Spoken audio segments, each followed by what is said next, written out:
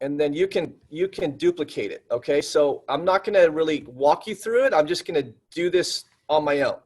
So here's how it's going to work. Okay, how do we target our heart rate? So here's what you do. You're going to do maximal heart rate 220 minus your age. I'm 44.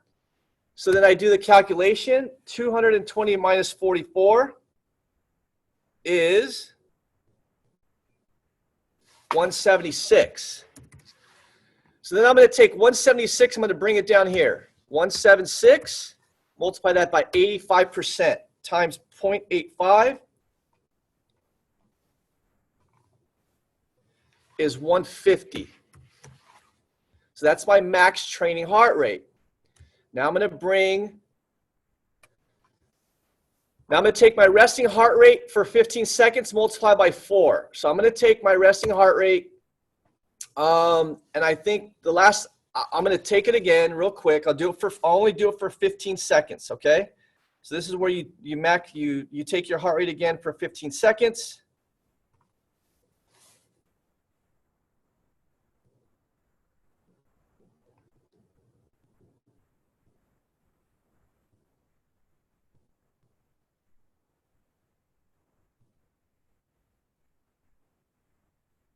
Mine was 60. Okay, I multiplied by 4, so 15 multiplied by 4 is 60. Okay, so then I take my heart rate reserve, the difference between your resting heart rate and max training heart rate. The example, resting heart rate was 65. My max training heart rate was 190. 190 minus 65 equals 125. So I'm going to do is I'm going to bring my max training heart rate here, 150. I'm going to bring it down, 150 minus my resting heart rate, which is 60, is my heart rate reserve, which is 90. Now, I'm going to bring this down. This 150 and 60 and 90 comes down here. So it comes 150, 60, 90. I'm going to do it again. 150, 60, 90, and the last one, 150, 60, 90, and now I'm going to multiply by points. This is 60%, 75%, 80, 85%, and we'll talk about that in a second. So 60%, so 90, I'm just going to go 90 times 0.6 is 54. And then I'm going to bring my resting heart rate here.